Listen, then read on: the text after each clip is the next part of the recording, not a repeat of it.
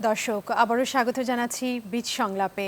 আমি শারমিনা ওয়াহিদ আজকে চলে এসেছি আপনাদের সাথে কথা বলতে আয় ব্যয় হিসাব ও জীবন মান নিয়ে। আমরা আসলে জানি যে দেশের মানুষ কেমন আছে তা অভিজাত শ্রেণী বা অভিজাত এলাকার শৌখিনতা দেখে কিন্তু বোঝা যায় না, বোঝা যায় আসলে সাধারণ মানুষের জীবন জীবিকা দেখে, কিভাবে তারা চলছেন, কিভাবে তাদের প্রতিদিন কাটছে এবং তাদের এখন আয়ের তুলনায় ব্যয় কতটা বেড়ে গেছে। এবং তার সাথে সাথে বরং সাধারণ মানুষের এই প্রত্যাহিত জীবনচরণ বলে দেয় যে এদেশের অধিকাংশ জনগণ কতটা সুখে বা দুঃখে আছে। আমরা জানি যে এখন প্রতিটি জিনিসের দাম বেড়ে গেছে, আমরা জানি যে তার তুলনায় এখন অনেক মানুষ কিন্তু বেকার আছে, কিন্তু তার সাথে সাথে চালিয়ে যাচ্ছে তাদের জীবন জীবিকা। কিন্তু তার সাথে দেখা যাচ্ছে যে আসলে অনেক কঠিন সত্যের সম্মুখীন হতে হচ্ছে সবাইকে। এই করোনাকালীন সময় সবাই চেষ্টা করছে এই যুদ্ধ করে যেতে, কিন্তু তার সাথে সাথে এতটা সহজ হচ্ছে না এই পুরো জার্নিটা। এই নিয়ে আমরা আজকে আলোচনা করব, জানবো যে আসলে আয় এবং ব্যয়ের হিসাব এবং জীবনের মান আসলে কোথায় এসে দাঁড়িয়েছে। আমাদের সাথে আজকে আলোচনার জন্য আছেন হেলাল উদ্দিন, উনি আছেন সাবেক সহসভাপতি FBCCI থেকে। সাথে আছেন মাহবুব রানা, উনি রপ্তানিকারক চট্টগ্রাম থেকে, এবং তার সাথে আছেন আসাদুজ্জামান রবি, উনি আছেন পরিচালক রাজশাহী চেম্বার অফ কমার্স থেকে। আপনাদের সবাইকে অনেক স্বাগত জানাচ্ছি বীজ সংলাপে নিউজ 24-এর সাথে আরও একবার থাকার জন্য। আলোচনা করব আমরা আয় ব্যয় এবং জীবন কিভাবে চলছে সেই মান নিয়ে, সেই হিসাব নিয়ে একটু জানতে চাবো। আমি যদি হেলাল উদ্দিন আপনার সাথে শুরু করতে চাই, আমরা এখন বাজারের পরিস্থিতিটা জানি যে সেই তুলনায় কিন্তু মানুষের এখনও ওরকম আয় নেই, সবাই যুদ্ধ করে বেড়াচ্ছে এই করোনাকালীন সময়। একটু জানাবেন যে আসলে বর্তমান এই করোনার সংকটে আপনার দৃষ্টিতে এই মুহূর্তে বাংলাদেশের প্রধান অর্থনৈতিক সমস্যা কি দেখা যাচ্ছে? ধন্যবাদ আপনাকে। আমি প্রথমেই আন্তরিকভাবে অভিনন্দন জানাই আজকে আমাকে বীজ সংলাপে আমন্ত্রণ জানাবার জন্য। আপনি যে প্রশ্নটা করেছেন আপা, এইটার জন্য কিন্তু আজকে সারা পৃথিবী কিন্তু এই করোনাকালীন সময়ে এবং মানে এর পরবর্তী সময়ে আমরা যখন স্বাভাবিক অবস্থায় ফিরে যাচ্ছি, তখন সারা পৃথিবীতে কিন্তু সংকট তৈরি হয়েছে, শুধু বাংলাদেশে না। আমি গত কয়েকদিন আগে দেশের বাড়িতে ঘুরে এসেছি, আমি প্রতিটা জায়গায় দেখেছি, বিশেষ করে উন্নত দেশগুলোতে আমরা লক্ষ্য করেছি তাদের মধ্যে এক ধরনের টানাপোড়েন আছে। এবং সারা পৃথিবীতেই ভোগ্যপণ্যের দাম বেড়েছে, শুধু ভোগ্যপণ্য না, যারা আমদানি করেন সমস্ত আমদানি পণ্যের দাম বেড়েছে, এবং সেই সাথে ডলারের দাম বেড়েছে। সেই সাথে আপনি কয়েকদিন আগে আপনি লক্ষ্য করেছেন যে আমাদের এখানে জ্বালানি তেলের দামও বেড়েছে। অর্থাৎ প্রতিটা ক্ষেত্রে কিন্তু আমাদের অতিরিক্ত ব্যয় আমাদের কিন্তু করতে হচ্ছে। তো এই ক্ষেত্রে আমি এর আগেও বলেছিলাম যে আমাদের আসলে এই মুহূর্তে, বিশেষ করে আমি মনে করছি যে 2022 সালটা আমাদের জন্য খুবই কঠিন একটি বছর যাবে, এবং এটা আমাদের জন্য না, সারা পৃথিবীর জন্য। বরং আমরা একটু অন্যদের চাইতে ভালো আছে। এই কারণে বলবো যে আমরা প্রথম থেকেই এই একেবারে পূর্ণাঙ্গ লকডাউনে না গিয়ে আমরা কিন্তু এই যে সাধারণ ছুটি বলেন বা বিধিনিষেধ বলেন, এর মধ্য দিয়ে আমরা কিন্তু কিছুটা না হলেও আমরা কিন্তু অর্থনৈতিক চাকাটা আমরা সচল রাখতে পেরেছিলাম। এবং সেই কারণে আমি মনে করি যে আমরা অন্যদের চাইতে একটু ভালো থাকবো, কিন্তু তারপরেও আমরা আমাদের মনে রাখতে হবে আমরা কিন্তু একটি দরিদ্র দেশ থেকে আমরা কিন্তু উন্নয়নশীল দেশে আমরা পদার্পণ করেছি, অথবা আমাদের জন্য চ্যালেঞ্জিংটা অনেক বড়। এবং সেই ক্ষেত্রে আমি মনে করি আমাদের প্রত্যেকে এখন আমাদের হিসাব করেই আমাদের আসলে পাপ ফেলতে হবে। আমাদের যতদূর সম্ভব বিভিন্ন জায়গা থেকে খরচ কমিয়ে আনতে হবে। বিশেষ করে আমি সরকারকে অনুরোধ করবো যেসব জায়গাগুলোতে অতিরিক্ত ট্যাক্স বা ভ্যাট যেগুলো আছে সেইগুলো যদি ওনারা একটু সহনশীল পর্যায়ে নিয়ে আসেন, তাতেও কিন্তু আমাদের কিছু সাহায্য হবে, অবশ্যই কিছুটা সাহায্য হবে আমার। জি, সব মিলে আমি বলবো যে আমরা যাতে সবাই একটু সতর্কতার সাথে আমরা যদি পাবো। জি, সবার আসলে একটু হিসাব করে হয়তো চলতে হবে এই সময়টিতে। মাহবুব রানা, আপনার কাছে আসছি, আশা করি ভালো আছেন, সুস্থ আছেন এই সময়টিতে।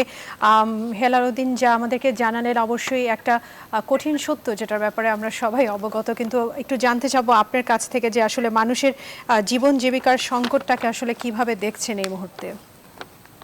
ধন্যবাদ আপনাকে। আমি এই মুহূর্তে বলছি চট্টগ্রামের প্রধান পাইকারি বাজার খাতুনগঞ্জ থেকে। যে আপনারা জানেন এই যে দিন দিন দ্রব্যমূল্য কিন্তু বেড়ে চলছে, এই মুহূর্তে কোনো কিছু কিন্তু দাম কমার কোনো লক্ষণ নেই। শুধু দুইটা আইটেমে দাম কমেছে। একটা হচ্ছে আপনার আদা, এখন বিক্রি হচ্ছে আপনার ৬০ থেকে ৬৫ টাকা, এটা কয়েকদিন আগে ১০০ টাকা দাম ছিল। এবং আরেকটা দাম কমেছে এলাচি, যেটা ২০০০ টাকা কেজি ছিল, আজকে বিক্রি হচ্ছে ১৬০০ টাকা। এগুলি কিন্তু পাইকারি বাজার দর। আমরা যেটা জানি, কিছুদিন আগে তেলের দাম বৃদ্ধি পাওয়ার কারণে জিনিসপত্রের এবং নিত্য প্রয়োজনীয় জিনিসের উপর প্রভাব পড়েছে। এবং এটা আজ থেকে অনবরত ৪ দিন যাবত আন্তর্জাতিক বাজারে তেলের দাম কমা শুরু হয়েছে। আশা করি আমাদের দেশের সরকারও কমাইয়ে দিবে, এবং কমাইয়ে দিলে নিত্য প্রয়োজনীয় আটা, তরকারি সহ জিনিসপত্রের আশা করি কিছুটা দাম কমবে। হেলাল ভাই যেটা বললেন সেটাই সত্ত্বেও আন্তর্জাতিক বাজারে একটা দাম নিয়ে শুরু হয়েছে এবং ডলারের দাম বেড়ে গেছে। এটা আশা করি দিন দিন সামনে একটু কমতে থাকবে, যেহেতু এখন আপনারা করোনা পরবর্তীকালে মানুষ যখন চারদিকে এলসি দিয়েছে, বৈদেশিক মুদ্রার সংকট হয়েছে, বাংলাদেশের ডলার দাম বেড়ে গেছে, জিনিসপত্রের দাম বেড়ে গেছে সেই কারণে, এবং মাল আসতে কিন্তু শুরু করেছে। আশা করি কিছুদিন পরে আবার স্বাভাবিক অবস্থায় ফিরে যাব আমরা। এখানে কিন্তু শুধু যে নিত্য প্রয়োজনীয় জিনিস যেগুলা, যে ভোগ্যপণ্য, ওগুলো কিন্তু দাম বাড়েনি। সমস্ত কিছু আইটেম আজকে দ্বিগুণ হয়ে গেছে, কোনো কোনো ক্ষেত্রে ৩ গুণ হয়েছে দাম বেড়ে। এটা সংকটের কারণে হয়েছে। তো আমরা আশা করি এগুলো কমতে থাকবে, এবং সরকার যেটা হেলাল ভাই বললেন একটু আগে, এই ডিউটি ভ্যাট এগুলোতে নিত্য প্রয়োজনীয় জিনিস কমাতে হবে। এই মুহূর্তে মানুষ অনেক মানুষ আজকে কর্মহীন হয়ে পড়েছে করোনার কারণে। অনেক মানুষ চাকরিহারা, আজকে তাদের জীবনযাত্রার মান একদম বলতে গেলে অচল পর্যায়ে আছে। তো এই মুহূর্তে নিশ্চয় সরকার সাবসিডি দিতে হবে বিভিন্ন এই যে আমদানিকৃত পণ্যে এবং দেশীয় পণ্যে। আপনারা আরো জানেন যে এই যে তেলের মূল্য, ভোজ্য তেলের মূল্য ইন্ডিয়ায় কিন্তু ডিউটি ফ্রি করে দিয়েছে ইন্ডিয়াতে। তো আমাদের দেশও আশা করব এই যে ভোজ্য তেল সহ অন্যান্য যেগুলো জ্বালানি তেল সহ সরকার যাতে এখানে সাবসিডি দিয়ে সাধারণ মানুষের কথা চিন্তা করে সাধারণ মানুষের ক্রয় ক্ষমতার অনুকূলে আনে। এবং আপনারা জানেন এই যে বিশেষ করে আজকে নিত্য প্রয়োজনীয় যে কাঁচা শাকসবজির আজকে বাম্পার ফলন হয়েছে, এবং কিছু দাম আস্তে আস্তে কমা শুরু হয়েছে। এগুলো বিশেষ করে পরিবহনের ক্ষেত্রে অনেক কিছু ড্যামেজ হয়ে যায়, এই কারণে দাম বাড়ে। আর দ্বিতীয় পথে ঘাটে কিছু চাঁদা আছে, এবং কৃষক তার উৎপাদিত পণ্যের ন্যায্য মূল্য পায় না, কারণ এখানে মধ্যস্বত্বভোগীরা রয়েছে। এগুলি সরকারকে এগুলো দেখভাল করতে হবে। বিশেষ করে যদি আমরা যে কৃষক তার উৎপাদিত পণ্য সে যাতে সঠিক মূল্য পায়, সে তার ব্যবস্থা করতে হবে। সেই ব্যবস্থা করলেই দেশে আরো দ্বিগুণ ফলন বৃদ্ধি হবে। আশা করি সরকার এই দিকে নজর দিবে। আমরা যারা রপ্তানির সাথে জড়িত, আপনারা জানেন এই যে আমরা মধ্যপ্রাচ্য সহ ইউরোপ, আমেরিকা বিভিন্ন দেশে তাজা শাকসবজি, ফলমূল রপ্তানি করে থাকি। এই রপ্তানিতে সরকার সাবসিডি দিয়ে থাকে ঠিক, কিন্তু এগুলোতে আমরা আস্তে আস্তে মার্কেট হারা হয়ে যাচ্ছে। আমরা আজকে প্রতিবেশী দেশ ভারতের হাতে চলে যাচ্ছে এই বাজার, কারণ তারা অনেক সুযোগ সুবিধা দিয়ে থাকে।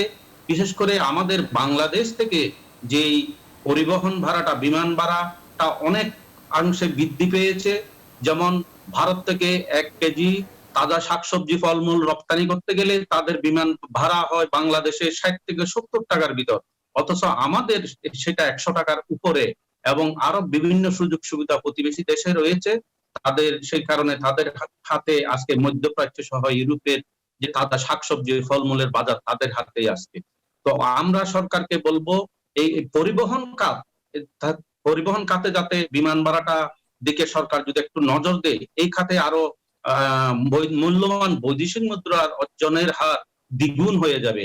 আর আপনারা জানেন যেটা আমদানির ক্ষেত্রেও আজকে জাহাজ, এই যে করোনার কারণে বৈদেশিক জাহাজগুলো আসলে আজকে বহির্নোঙরে অপেক্ষা করতে হয় তাদের করোনা টেস্টের কারণে, এবং এই কারণে জাহাজ জট লেগে গেছে সারা পৃথিবী ব্যাপী। কিন্তু আজকে কন্টেইনার ভাড়া, আমদানি এবং রপ্তানিতে কন্টেইনার ভাড়াও বলতে ১.৫ গুণ বৃদ্ধি পেয়েছে। তো এটা আস্তে আস্তে এখন একটু ইজি হয়ে যাচ্ছে, আস্তে আস্তে স্বাভাবিক অবস্থায় ফিরছে, তো দাম কমে যাবে। তো সরকার যদি এদিকে নজর দিতে হবে, এটাই আমার বলা। জি ধন্যবাদ। অবশ্যই। ধন্যবাদ আপনাকে। আসাদুজ্জামান রবি, আপনার কাছে আসছি। আপনি আছেন পরিচালক, রাজশাহী চেম্বার অফ কমার্স থেকে। আপনার কাছ থেকে আসলে একই ধরনের প্রশ্ন করছি, জানার ইচ্ছা রাখি যে আসলে কিভাবে দেখছেন এই করোনাকালীন সময়টাকে, এবং শীত চলে এসেছে, আশা করছিলাম যে হয়তো অনেক শাকসবজির দাম কমে আসবে, কিন্তু এই সময়টাতেও দেখা যাচ্ছে যে আসলে ওইভাবে কিন্তু যেই দামটা ওইভাবে এফেক্ট পড়ছে না দামের উপরে। তো কিভাবে দেখছেন এই পরিস্থিতিতে?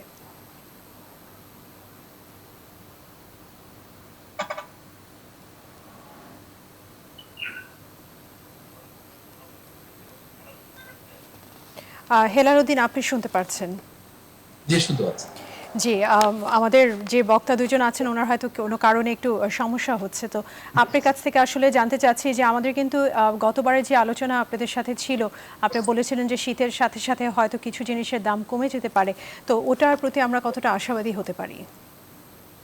ইতিমধ্যে আপনি দেখেন যে আমাদের শাকসবজির বাজার কিন্তু সহনীয় পর্যায়ে আসা শুরু করেছে, এবং আমি আপনাকে, এটা হচ্ছে নভেম্বরের প্রায় শেষ দিকে, ডিসেম্বর জানুয়ারিতে দেখবেন যে একেবারেই কমে আসবে আমাদের বিশেষত পণ্যে উৎপাদিত যে ফসল বেশি।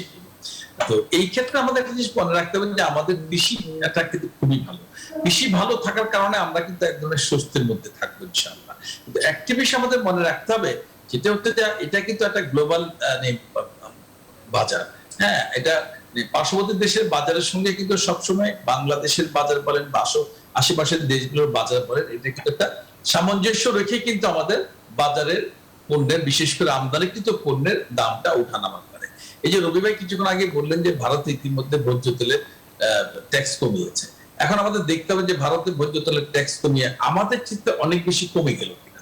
যদি আমাদের যেতে অনেক বেশি কমে যায়, সেক্ষেত্রে অবশ্যই আমাদেরও কারেকশন করতে হবে। আমরা কিন্তু যে কথাটা বারবার বলি যে পণ্যের দামটা, যেমন কয়েকদিন আগে আমরা দেখলাম যে ডিজেলের দাম বৃদ্ধি পেয়েছে। এখন ডিজেলের দামের বৃদ্ধির কারণটা কিন্তু সবার আসলে বুঝতে হবে। আপনি যখন পার্শ্ববর্তী দেশে ডিজেল থাকবে 110 টাকা বা 100 টাকা, সেই ক্ষেত্রে আমার দেশে যখন 60-62 টাকা থাকবে, তখন কিন্তু মনে রাখতে হবে যে এই ডিজেল আমার দেশে থাকবে না। অতএব আমাকে গ্লোবাল ইয়েতেই কিন্তু আমাকে কিন্তু সমন্বয় করতে হবে, কারেকশনে যেতে হবে। এবং আমি মনে করি যে ডিজেলের দামটা বাড়ানো হচ্ছে, এটা আরো 3 মাস আগে বাড়ালে আরো বেশি হয়তো আমাদের অর্থনীতি আর একটু সুফল আমরা পেতে পারতাম। এখন প্রশ্ন হচ্ছে, মানুষের কষ্ট হচ্ছে, সব জিনিসের দাম বাড়ছে, এই কথাটাই কিন্তু আমাদের মানতেই হবে। কিছু কিছু বিষয় থাকে যেগুলো কিন্তু আসলে একেবারেই আমাদের, আমি বলবো যে ব্যবসায়ী বলেন, সরকার বলেন, তাদের আওতার বাইরে থাকে। যেমন আমরা এই মুহূর্তে যদি ডিজেলের দাম না বাড়াতাম, তাহলে কিন্তু দেখতেন যে আসলে ডিজেলটা আমাদের আলটিমেটলি সরকার ভর্তুকি দিত, আমরা কিন্তু সেই ডিজেল ব্যবহার করতে পারতাম না। এইটা আমাদের মনে রাখতে হবে। আমাদের কিন্তু সবসময় বাজার কারেকশন করতে হবে। সেক্ষেত্রে আমি মনে করি এই মুহূর্তে আমাদের আমলাতন্ত্র অত্যন্ত স্মার্ট। আমি একটা অনুরোধ করবো আপনাদের এই আলোচনার মাধ্যমে, এখন থেকে যেহেতু এক ধরনের সমস্যা সংকটের মধ্য দিয়ে আমাদের যেতে হচ্ছে এবং যেতে হবে, সেই ক্ষেত্রে আমলারা যারা আছেন, আমলাতান্ত্রিক ভাবে আমাদের সঙ্গে, স্টেক হোল্ডারদের সঙ্গে যাতে আলাপ করে সিদ্ধান্তগুলো নেওয়া হয়, তাতে কিন্তু উভয় পক্ষের জন্য সুবিধা হয়। আপনি মনে করেন এই যে আজকে আমার পরিবহন নিয়ে যে সমস্যাটা সৃষ্টি হয়েছে, আমার মনে হয় পরিবহন মালিক সমিতি, কর্মচারী সমিতি, এদেরকে নিয়ে বসে যদি ঘটনাটি ওইভাবে বললে বোঝানো যেত যে আমাদের হাতে এখন উপায় নাই, সরকারকে কিন্তু ডিজেলের দাম না বাড়ানোর কোনো পথ সরকারের হাতে খোলা ছিল না আমি মনে করি। তো সেই ক্ষেত্রে ওনারা কিন্তু এই বিষয়টা বুঝতেন, কিন্তু হঠাৎ করে বাড়িয়ে দিয়ে তারপর তাদের আলোচনা বসা, একটি বিশৃঙ্খলা পরিস্থিতি সৃষ্টি করা, এর জন্য কিন্তু আসলে আমি মনে করি সিদ্ধান্ত অনেক বড় বিষয়। আমাদের লক্ষ্য করে দেখবেন ইতিমধ্যে আপনি দেখবেন বিভিন্ন মার্কেট গুলোতে বিএফডি মেশিন দেওয়ার জন্য এনবিআর বিভিন্ন রকম চাপ দিচ্ছে। এখন আমরা কিন্তু বারবার বলেছি, সরকার বলেছে এফডি মেশিন আমাদেরকে বিনা পয়সা সাপ্লাই দিবে, পরবর্তী পর্যায়ে আমরা সিদ্ধান্ত নিলাম না, ঠিক আছে এই মুহূর্তে সরকার উপর প্রেশার যাচ্ছে, ঠিক আছে আমরা কিনে নিই। কিন্তু কিনে নেওয়া মানে এইটাই না যে আমাদেরকে না জিজ্ঞেস করে ওনারা এফডি মেশিন নিয়ে আসবেন এবং সেটা 20-22 হাজার টাকা দাম হবে, সেই দাম আমার কাছে তারা নিয়ে যাবেন। এই জায়গাটা একটা যৌক্তিক জায়গা কিন্তু আমরা সবসময় চাই। আমরা সবসময় চাই সরকার এবং ব্যবসায়ী, আমরা যারা আছি সবাই মিলেই কিন্তু আজকে এই যে গত 10-12 বছরের যে উন্নয়নটা আমরা সবাই মিলেই কিন্তু করছি। অতএব আমার মনে হয় এখানে আন্ডারমাইন করার কোনো বিষয় নাই। আমলাতান্ত্রিক বিষয়টা আমরা ওনাদেরকে সবসময় শ্রদ্ধা করি। সেই ক্ষেত্রে ওনারা যদি মনে করেন যে ওনাদের সিদ্ধান্ত সবসময় মেনে চলতে হবে এবং সেটাই সত্য, এই জায়গাটা আমার মনে হয় যে এখন পারস্পরিক জি, আলোচনার আমি এই বিষয়টা একই খুব বিষয়ে, গুরুত্ব জি দেওয়া দরকার। অবশ্যই এই একই বিষয়ে আমি আসলে আসাদুজ্জামান রবি আপনার কাছে আসতে চাচ্ছিলাম, একটু জানতে চাচ্ছিলাম যে আসলে হেলালুদ্দিন যে বিষয়টি বললো আসলে কোনো খুব গুরুত্বপূর্ণ কিছু পয়েন্টস উনি তুলে ধরেছেন, আপনি এই বিষয়ে কি বলবেন? সর্বপ্রথম আমি নিউজ 24 কে ধন্যবাদ জানাবো যে আমাদের রাজশাহী নবনির্বাচিত কমিটি এই পক্ষ থেকে চেম্বারের এবং আমাদের সভাপতি মাসুদুর রহমান রিঙ্কুর পক্ষ থেকে আন্তরিক অভিনন্দন ও শুভেচ্ছা। হেলাল ভাই যে কথাগুলো বলছে আসলে খুব ইম্পর্টেন্ট, বাট আমাদের বর্তমান সরকার কিন্তু ধরেন যে উন্নয়নের সরকার এবং জনগণের সম্পৃক্ত সরকার। আমরা যদি লাস্ট 2 বছর খেয়াল করি যে গোটা বিশ্বে যখন করোনা মহামারীতে খুবই অবস্থা খারাপ, সেই সময় কিন্তু আমরা কোনো কিছুই লক্ষ্য করিনি যে আমাদের প্রোডাক্টের দাম বেশি বা মার্কেটের অবস্থা খারাপ বা আমাদের যে কর্ম যেই ইয়াটা যে সব জায়গায় চাকরি হারাচ্ছে। বাট আমাদের গভর্নমেন্ট কিন্তু দেখা গেল যে 2 টার্মে প্রায় 10,000-এর উপরে ডাক্তার নিয়োগ দিয়েছে। তো সর্বোপরি সবকিছু ভালোই চলছিল, কিন্তু হঠাৎ করে যখন দ্রব্যমূল্য ঊর্ধ্বগতিত হয়, এটা কিন্তু তেলের বাজারের দাম বাড়ানোর আগে থেকেই কিন্তু আমরা দেখতে পাচ্ছিলাম যে কিছু ব্যবসায়িকরা তাদের সমন্বয় করে শীতের প্রথম থেকেই এটা বাড়তি ছিল এবং আমরা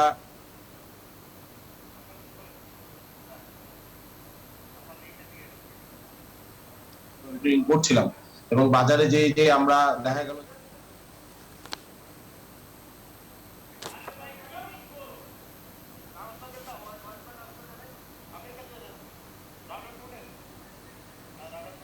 ডাবল রেট নিচ্ছিল। এর মধ্যে হঠাৎ করে যেহেতু তেলের মূল্যটা বাড়ে, হেলাল ভাই যে কথাটা বললো যে আসলে সমন্বয়ের একটু অভাব ছিল, যে সরকার যদি এইটাকে সবাইকে ডেকে আগেই যদি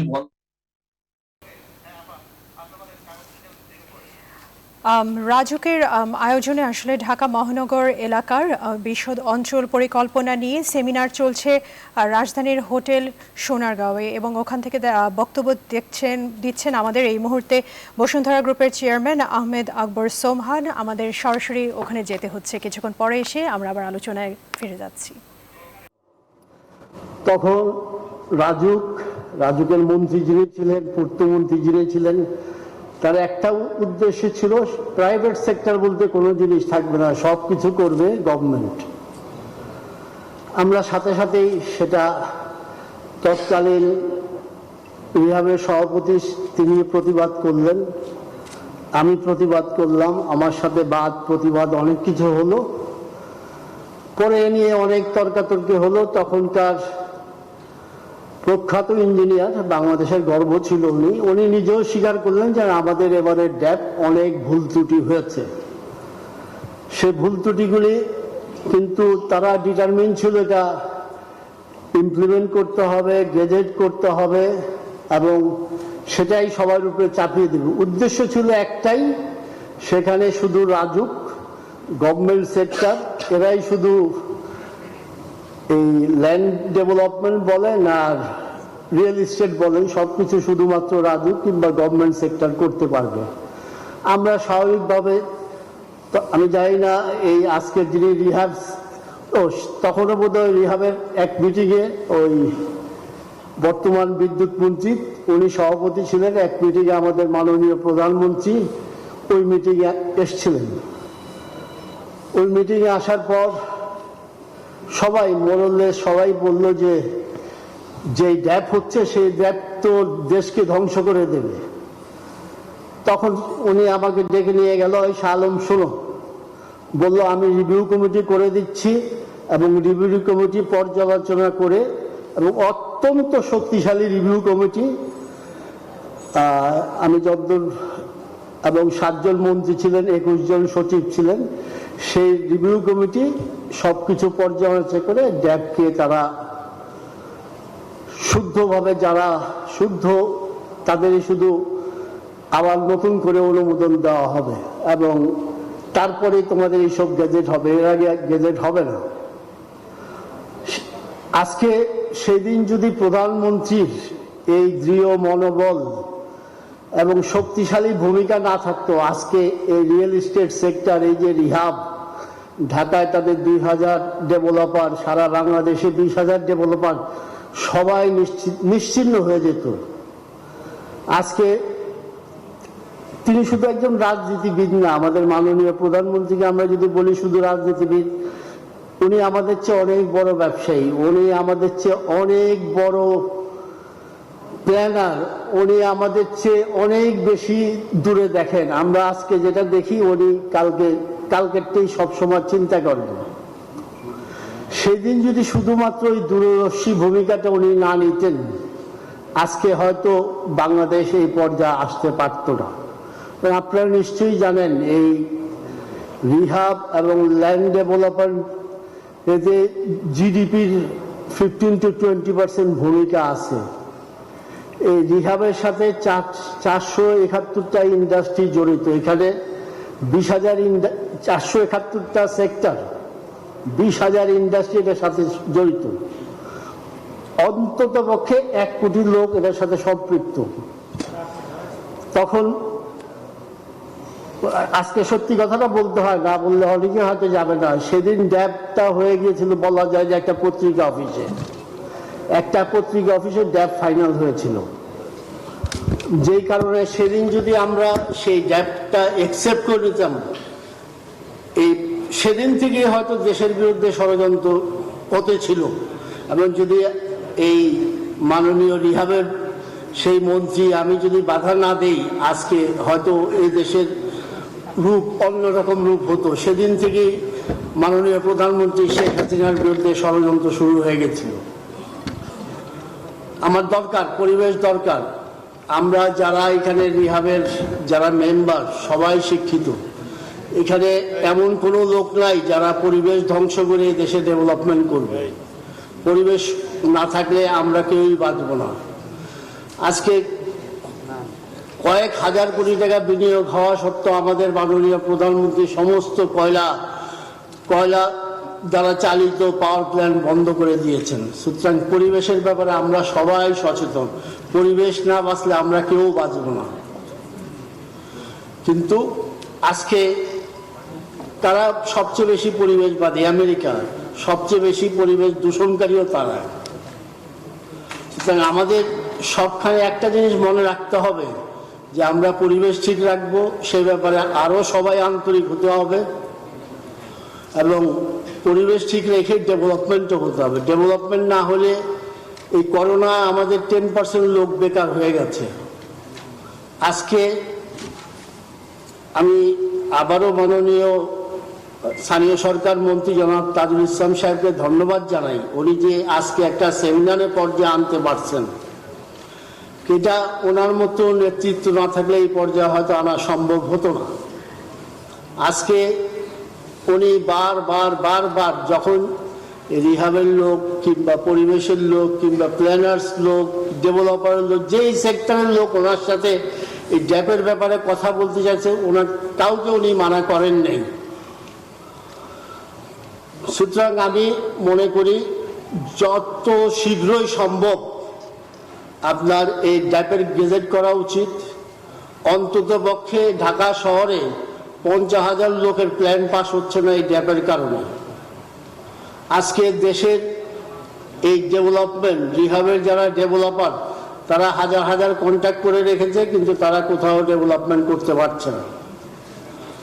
এবং এই ড্যাপ নিশ্চয়ই এটা এমন কোনো জিনিস না যেটা পরিবর্তন হবে না। এই ড্যাপের রিভিউ কমিটি নিশ্চয়ই থাকবে, যাদের যেখানে অসুবিধা হবে সমন্বয় করবেন। কিন্তু আমার মনে হয় ইট ইজ টাইম, যদি এখনো ড্যাপের গেজেট না করতে পারেন আর কোনোদিনই হয়তো ড্যাপের গেজেট করা সম্ভব হবে না। আজকে আমার সাথে সবাই নিশ্চয়ই একমত হবেন যে সবাই পরিবেশ সম্মত বিল্ডিং করবে, পাশে খেলার মাঠ লাগবে, স্কুল, কলেজ, ইউনিভার্সিটি। আচ্ছা, একটা কথা আমার না বললেই হয়, ঢাকা শহরে 100টা ইউনিভার্সিটি, কোনো একটা ইউনিভার্সিটি খেলার মাঠ নাই। একটা ইউনাইটেড ইউনিভার্সিটি একটা বিশাল মাঠ করেছে, আর 99টা ইউনিভার্সিটিতে কোনো খেলার মাঠ নাই। আমি পূর্ত মন্ত্রণালয়ে অনুরোধ করবো অ্যাটলিস্ট একটা ইউনিভার্সিটিতে একটা খেলার মাঠ থাকতে হবে, মানে মানুষের বিকাশ ঘটবে কিভাবে।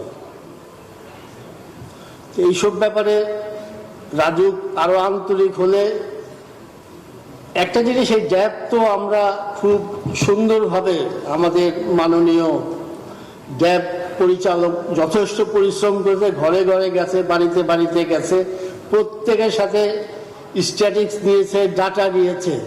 কিন্তু এটা সত্যি কথা যে এটা ইমপ্লিমেন্ট করা তত সহজ হবে না যদি আমরা সবাই সম্মিলিতভাবে রাজু পূর্ত মন্ত্রণালয়কে আমরা সাহায্য না করি। ঢাকা শহরে কি সুন্দর দুইটা রাস্তা, একটা মাদানী এভিনিউ, একটা 300 ফিট রাস্তা, কিন্তু নো মেনটেনেন্স। এই দুইটা রাস্তা বলা যায় ঢাকা শহরে গর্ব করার মতো দুইটা রাস্তা। দুইটা রাস্তায় পূর্ত মন্ত্রণালয় এবং রাজুক করেছে, কিন্তু দেয়ার ইজ নো মেনটেনেন্স। সব রাত্রেবেলা সমস্ত ট্রাক, সমস্ত বাস গ্যারেজ হয়ে গেছে। এইসব ব্যাপারেও কঠোর ভূমিকা নিতে হবে রাজুক পূর্ত মন্ত্রণালয়। শুধু করলেই হবে না, সাথে সাথে মেনটেনেন্সই করতে হবে। আমি আবারও ধন্যবাদ দেই যে একটা সেমিনারের আয়োজন করার জন্য রাজু পূর্ত মন্ত্রণালয়, বিশেষ করে স্থানীয় সরকার মন্ত্রী জনাব তাজুল ইসলাম সাহেবকে, এবং আগের ড্যাপের যেসব হাউজিং প্রকল্প এবং যেসব প্রকল্প অনুমোদন হয়েছিল সেই সব জন্য ঠিক। কিছু জিনিস আমার দুঃখ লাগে যে প্রেসিডেন্ট গেজেট করে দিয়েছে, সেটার উপরে দেখি রাজুকের বেশ কিছু অফিসার হাত বোলায়, বলে না এই গেজেটে তো হবে না। হ্যাঁ, প্রেসিডেন্ট যেখানে গেজেটে সই করছে, তারপরে রাজুকের একটা ক্লার্ক, আই উইল সে, একটা ক্লার্ক সে বলে না এই গেজেট আমরা মানি না। তাহলে কোথায় আমরা আছি? একটা জিনিসকে রাজুককে এই যে ডিজিটালাইজ তো ডেফিনেটলি করতে হবে, প্ল্যানের ব্যাপারে সময় নির্ধারণ করতে হবে এবং মানুষের ভোগান্তিও কমাইতে হবে। আর রাজুকের ভোগান্তির ব্যাপারে সর্বজন বিদিত, এই ব্যাপারে কোনো সন্দেহ নাই, কিন্তু এটাকে গতিশীল করতে হবে। এই যে আজকে ডেভেলপার যারা আছে, যত সহজভাবে তারা প্ল্যান পায়, তারা সমস্ত সহযোগিতা পায়, সেই জিনিসটা পূর্তমন্ত্রী, পূর্ত সচিব সাহেব এবং রাজুকের চেয়ারম্যান আপনাদের নিশ্চিন্ত করতে হবে। আরেকটা জিনিস, এটা মাননীয় প্রধানমন্ত্রীর কাছে আমার আবেদন, যে রাজুকে এই যে সুলতান সাহেব, হি ওয়াজ এ ভেরি ডাইনামিক চেয়ারম্যান, আমরা মনে করলাম একটা ভালো চেয়ারম্যান আসছে আমাদের। উনি কাজ শুরু করলো, কয়েকদিন পরে উনি সচিব হয়ে গেল, চলে গেল। এর আগে ছিল বজলুর রহমান সাহেব, উনিও কিছুদিন ছিল, সচিব হয়ে চলে গেল। তো এইখানে এমন একজন চেয়ারম্যান আসা উচিত যিনি অ্যাটলিস্ট 3, 4, 5 বছর একসাথে কাজ করতে পারবে। আদারওয়াইজ আমরা বর্তমানে যে চেয়ারম্যান, উনিও মাশাআল্লাহ is a very good dynamic personality, উনিও শুনলাম ডিসেম্বরে উনি সচিব হয়ে যাবেন, উনি এখানে থাকবেন। তবে এইভাবে যদি, যেমন এই যে ওয়াসার চেয়ারম্যান সাহেব কাজ করার সুযোগ পেয়েছে, পূর্ত সচিব উনিও বেশ কাজ করার সুযোগ পেয়েছে, অনেক দিন ধরে আছে, কিন্তু রাজুকের চেয়ারম্যান 2 মাস, 3 মাস, 4 মাস, তারপরে যদি চলে যায়, কোনো চেয়ারম্যানের রাজুকের প্রতি কোনো কমিটমেন্ট নাই। এখন যত সৎ লোক হোক, যত ভালো লোক হোক, একজন লোক যখন সচিব হয়ে যায়, তখন আর রাজুকে তার মন বসে না। রাজুকের এখন বর্তমান একটা অবস্থা, it is a no man's land. আমি মাননীয় প্রধানমন্ত্রী জনাব তাজুল ইসলামের মাধ্যমে অনুরোধ করব, রাজুকে যাকেই চেয়ারম্যান দেওয়া হোক না কেন, অ্যাটলিস্ট 3-4 বছর জন্য কাজ করার সুযোগ পায়। কারণ কোনো চেয়ারম্যানের পক্ষেই সম্ভব না 3 মাস তার একটা রাজুকে ঢোকার পরে 6 মাস লাগবে শুধু তার বোঝার সাথে সাথে দেখা গেল সে সচিব হয়ে গেল, সে চলে গেল আরেক জায়গায়। এই যে সুলতান সাহেব বলছিল যে আমি সিভিল ইঞ্জিনিয়ার, আমি ওইটার সাথে সম্পৃক্ত ছিলাম, কিন্তু উনি তার কাজ করার সময় পায়নি। সুতরাং এই স্থানীয় সরকার মন্ত্রীর কাছে এটা আমার সবচেয়ে বড় আবেদন, যদি এই গ্যাপ আপনাদের বাস্তবায়ন করতে হবে, অ্যাটলিস্ট 3-4 বছরের জন্য রাজুকের একজন চেয়ারম্যান দিতে হবে, যে এটাকে ফলো আপ করতে হবে, পূর্ত মন্ত্রণালয় ফলো আপ করতে হবে। আমি অত্যন্ত আনন্দিত, বর্তমান পূর্তমন্ত্রী, পূর্ত সচিব, রাজুক চেয়ারম্যান তিনজনই অত্যন্ত ডাইনামিক পার্সোনালিটি, পজিটিভ লোক, দেশের প্রতি, মানুষের প্রতি, জাতির প্রতি, সবচেয়ে বড় কথা বঙ্গবন্ধুর প্রতি আস্থাশীল এবং কমিটেড। আমি সর্বান্তকরণে আশা করি আমাদের মাননীয় স্থানীয় সরকার মন্ত্রীকে মাননীয় প্রধানমন্ত্রী অনেক যোগ্য ভেবে ওনাকে এই এত বড় একটা দায়িত্ব অর্পণ করেছেন। আমি আশা করি যতদিনই লাগুক এই ড্যাব বাস্তবায়ন হোক, কিন্তু অবিলম্বে গেজেট করে যারা ইনভেস্টার তাদের ইনভেস্ট করার সুযোগ দেন।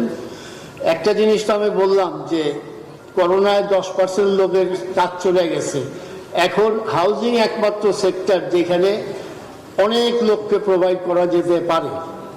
এবং শুধু বাংলাদেশে এখন হাউজিং না, সারা বাংলাদেশে কিন্তু প্রতিটা অলিতে গলিতে মানুষ ডেভেলপমেন্ট করতেছে, এবং সেই সুযোগটা আপনারা দেন। এবং এই ড্যাব আমি মাননীয় মন্ত্রী বলছিলেন যে 13 তারিখে এই সেমিনার হওয়ার কথা, 20 তারিখের মাননীয় প্রধানমন্ত্রী এটা সম্বন্ধে ওনার কাছে ইনকোয়ারি করেছেন।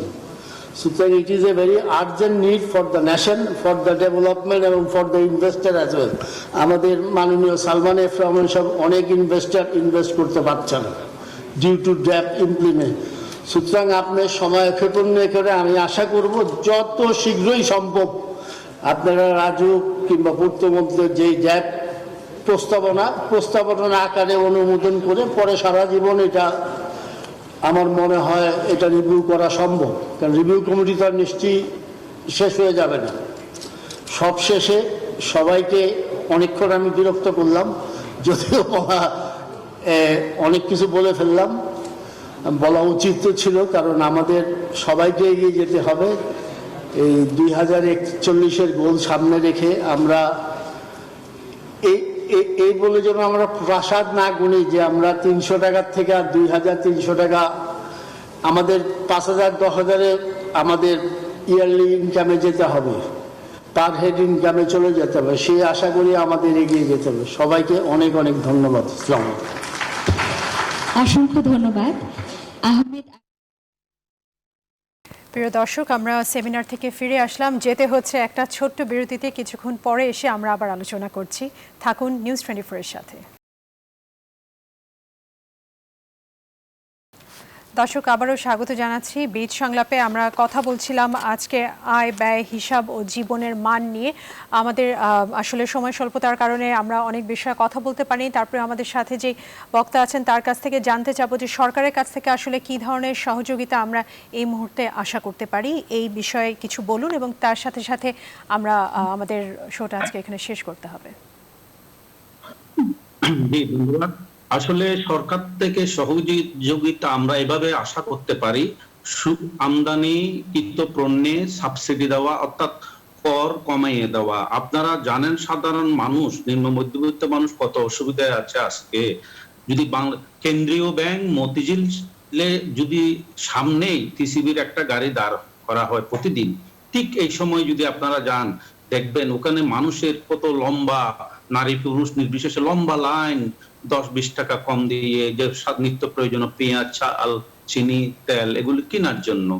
তো সাধারণ মানুষের কথা চিন্তা করে, করোনা পরবর্তীকালীন মানুষের আয় ব্যয়ের কথা চিন্তা করে সরকারকে ঠিক এই মুহূর্তে আমরা বলবো একটু সাবসিডি দেওয়ার জন্য, মানুষ যাতে একটু ভালোভাবে অবশ্যই। আমি আসলে আজকে এখানে শেষ করতে হচ্ছে আমাদের সময় স্বল্পতার জন্য। প্রিয় দর্শক, করোনাকালীন সময় জানি আমরা সবাই একটা যুদ্ধের মধ্যে দিয়ে যাচ্ছে, কিন্তু তারপরেও সাহসিকতার সাথে লড়াই করতে হবে। সবাই ভালো থাকুন, সুস্থ থাকুন, নিজের জন্য, নিজের পরিবারের জন্য, তার সাথে সাথে নিউজ 24 এর সাথেই থাকুন।